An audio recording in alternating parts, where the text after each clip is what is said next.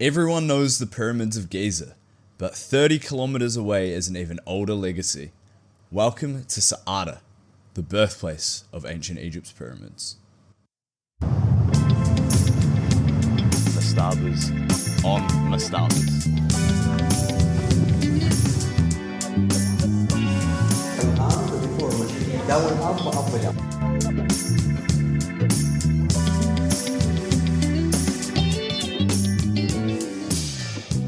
Here we are, guys, at the Saqqara, or Saqqara in Arabic, Necropolis.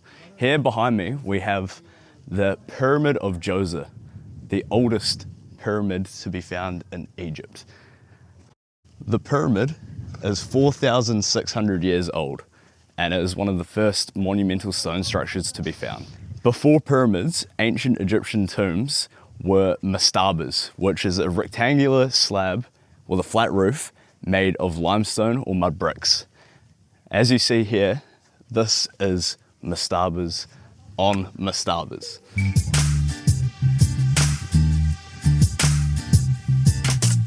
So the pharaoh Imhotep came along and decided to stack 6 of these mastabas on top of each other to create a 60-meter tall structure that we see here, the Pyramid of Djoser, for the king himself.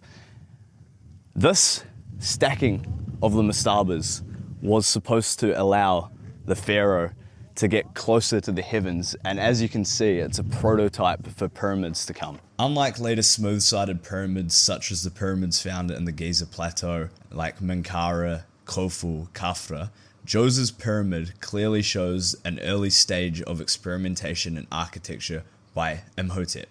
It's almost as if the perfect smooth-sided pyramids found in the Giza plateau were following the blueprints of these pyramids built 30 kilometers away and a generation before them. Here we are underneath the first floor of the Pyramid of Djoser, and equally as impressive as the outside, this pyramid has a tunnel structure to deter against grave robbers spanning 6 kilometers. It wraps around the innards of the pyramid, and you can see the exit here, leading to a steep drop. The burial chamber for the pharaoh Djoser is found at the bottom of this vertical shaft, 28 meters down under the earth. So here we have where they kept candles along the inside of this first level. Here you can see 5,000-year-old, 4,600-year-old cedar wood being used to support the structure of the pyramid. You can see along all of these pillars, they have it. So you can see the crystals still in the rock here, which is amazing. King Djoser cartouche on the pillar.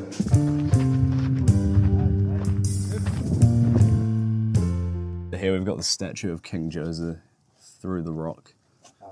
You can look through 2 peepholes and see the northern side of the Pyramid of Djoser, the original entrance, spanning 6 or 7 kilometers, 28 meters into the earth to his sarcophagus.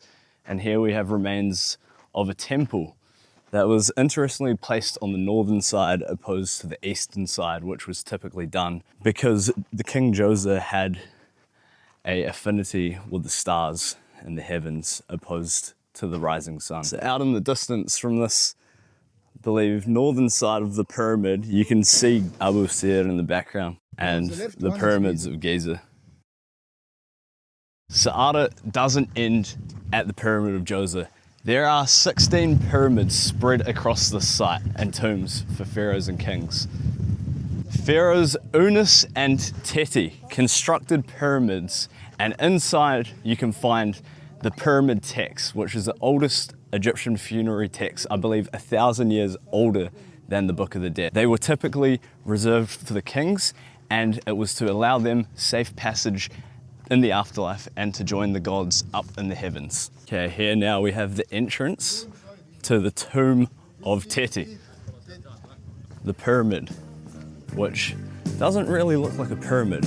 I believe it may have collapsed.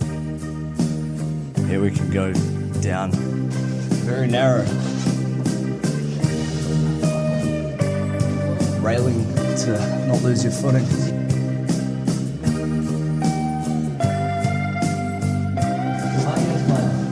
Shwaya. Here we have the granite room.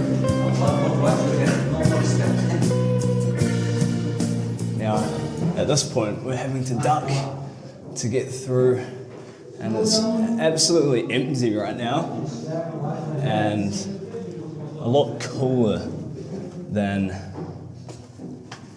outside right now, which is good.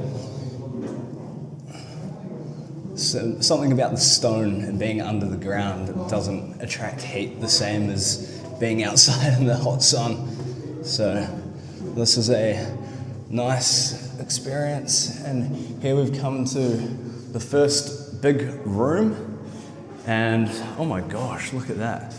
The hieroglyphics on the wall. That's awesome. You can see all along this, possibly pyramid text. This way. Thank you. It's amazing. Let's go down. In this room here, the two bases at the floor contain statues of King Teti and his wife. I thought there'd be hieroglyphs on top, but there's like star patterns on the roof to represent the stars, to represent the heavens. Constellations. Oh. This is starfish. Starfish? Hand before machine. Down, up, down. This is Teti Pyramid. Teti Pyramid, Pyramid of Teti. 2400 BC before Christ. Inside about 35 meters down underground. This Teti Pyramid. Not bad. This was his cartouche. Yes, all Teti. Teti all the way across. Yes, this is a kufa for mommy. Basil for Aswan. Basil. Before here is the mommy King Teti. Yeah. Gold for fabric. After Dr. Auguste Mariette Pasha, French man for work here. Yeah. This not inside entrance. The entrance small. This big sarcophagus. Before only no roof open. After close all sand. After the sarcophagus up here is the sand. After is the shaft. That's the sand. The sarcophagus down. Inside they dropped the sarcophagus. It's a massive sarcophagus. 10 meters underground. The stomach inside, before for the mummy, for the fabric, gold, Egyptian museum kind. Look how cool this is. Massive sarcophagus. Easy. Come. Up here. What's behind you? Look how cool that is. And more hieroglyphs. Here you can see on top of the sarcophagus, you find more hieroglyphic writing. Here we are on the exit out of King Teti's tomb. Back into the sunshine. Ooh. Welcome back. Now, Saqqara doesn't just end at pyramids either, and here at the Saqqara Necropolis, it's not all about the kings. You also find tombs of priests, nobles, and officials. Here you can see a mastaba still being used in the 6th dynasty, which is 3 dynasties after the first pyramid, the Pyramid of Djoser. The tombs are covered in colourful scenes of farming, fishing, and feasting, giving us an intimate glimpse into daily life in ancient Egypt. That's really cool. This is Ministro, 2 sons in Ministro. This is for gold, and the geese, and the mangoes, lettuce flower. What was found in these tombs tells archaeologists about these people's everyday lives. Egyptian daily life, cattle, farming, their dietary habits, scientific advancements, development in the tools they use for food and in battle, their art, and how they honoured those of high prestige by burying them with what was important to them, and of course the burial practices as well. The importance of the afterlife is seen in the mastabas as you find the burial chamber deep underneath the ground. Akhemor's tomb lies 25 meters down from here. The room for the statues and offerings, sometimes physical offerings, but also hieroglyphic inscriptions, were found at ground level, symbolically closer to the heavens. This will griffin, 1,000 offering cow, 1,000 offering gadan, 1,000 offering. So much offering. we learn other things such as their role in society. The doctor's cartouche. This is the cartouche and mahno, doctor, progressive. Here doing a circumcision and the hieroglyphs. And this was the tomb of the doctor. Son, this is the daughter. Before Christ, 6th dynasty, 2400 BC. So this is all part of his tomb. Obviously, not where the sarcophagus was, but where the statues were. And this is absolutely incredible to be inside. It's all on ground level, as you can see, just below ground level. Wow, the paint's still on theirs, which is really cool on parts of it. You can see the different colours they were using.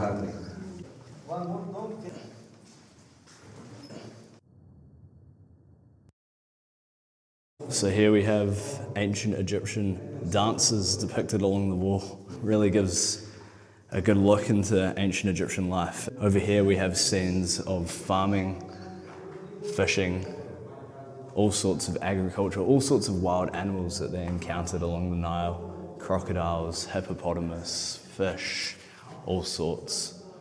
It's really a special place. Each fragment of life preserved in these walls offers us a glimpse into the profound impact that the ancient Egyptians had on the ancient world, but also the world we live in today. A legacy that would carry on for centuries. What we find here at Saqqara, however, isn't a complete picture of the past, and there remain secrets that may still be hidden. The necropolis is still unearthing new discoveries every year. Just this year, archaeologists found the tomb of Prince Userefre, where they found a massive false door made of pink granite, the largest pink granite false door to be found. It measures 4.5 meters high and 1.15 meters in width. Findings recently tell us of the importance of what's here at Saqqara. It's not just an ancient site, but a treasure trove of some of ancient Egypt's most important people and possessions that they deemed fit to carry with them to the afterlife. So if you're planning a trip to Egypt and wanting to learn more about ancient Egyptian history and civilization, do not forget Saqqara on your list.